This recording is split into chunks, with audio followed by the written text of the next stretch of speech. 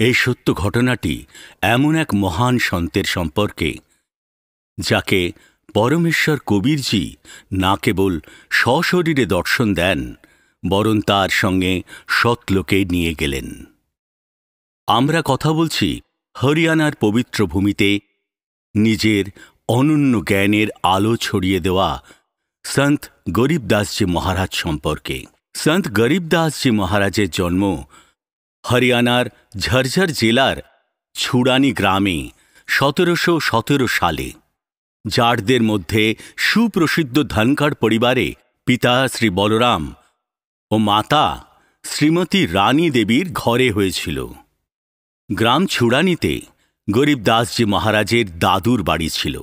গরিবদাসজি হরিয়ানার রোহতক জেলার কৌর্থা গ্রামের নিবাসী ছিলেন। তিনি ধনখড় গোত্রের ছিলেন।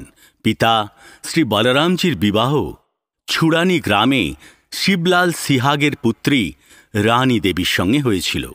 শ্রী শিবলালের কোনো পুত্র সন্তান ছিল না, তাই শ্রী বলরামজিকেই ঘর জামাই করে নিয়েছিলেন। ছুড়ানি গ্রামে বসবাস করেছিলেন প্রায় 12 বছর হয়ে গিয়েছিল। তখন সন্ত গরিবদাসজি মহারাজজির জন্ম ছুড়ানি গ্রামে হয়েছিল। শ্রী শিবলালজির 2500 বিঘা জমি ছিল, যা বর্তমানে 1400 একর জমি হয়। ওই সমস্ত জমির উত্তরাধিকারী শ্রী বলরামজি হলেন এবং ওনার পরে ওনার একমাত্র পুত্র সন্ত গরিবদাসজি ওই সমস্ত জমির উত্তরাধিকারী হলেন। গরিবদাসজি ছোটবেলা থেকেই অন্যান্য গোয়ালাদের সঙ্গে গো চড়াতে যেতেন।